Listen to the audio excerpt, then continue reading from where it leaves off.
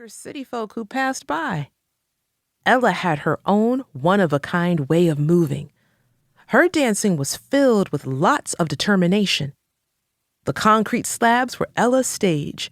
Imagination was her spotlight. When Ella was a teenager, her mother passed away after being in a car accident. This was very hard for Ella. She struggled in school and sometimes misbehaved in her classes. Ella's father couldn't be found, so she was sent by the state to live in a place called a reform school, where back in the 1930s, children with troubles and no family were made to stay. The one bright spot in Ella's life at that time was her passion for dancing. Ella's neighbors suggested that she and her friends get on the local train and take her hoofing to Harlem, the New York City hotspot, where Black talent glistened on every corner. Harlem was home to poets, performers, speakers, preachers, and anybody who had the grit and will to show off their creative skills.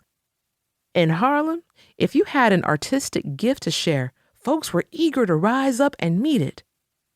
After school, Ella was often on that 60-minute train ride to the big city, the place where her dance dreams could come true. In time, Harlem became Ella's stomping ground. On November 21st, 1934, Ella entered a talent contest at the Apollo Theater, a famous theater where many performers got their start. She was ready to dance her way to fame. But as soon as the stage announcer called Ella's name and she looked out at the audience, whose faces were lit by a bunch of flickering floodlights, Ella froze. Her knees locked. Her neck started to sweat. It didn't help that her work boots and hand-me-down clothes were nothing like the fancy dresses and bows worn by the other hopeful performers. Like Ella, they were there to impress.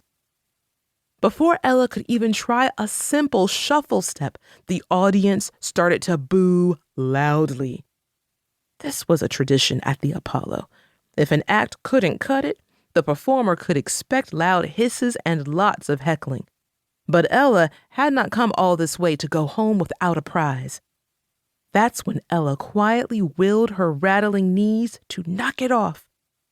When she recalled that night years later, Ella said, "I looked and I saw all those people and I said, oh my gosh, what am I going to do?" Everybody started laughing and said, "What is she going to do?" And I couldn't think of nothing else. So I tried to sing the object of my affection. And oh, did Ella belt! From somewhere deep inside, that tune rose up and out and over all those boos and hisses. The audience got to their feet and brought on the applause. Ella won the talent contest. That night, she came to an understanding that changed her life forever. Dancing had encouraged her to try, but singing would let her fly.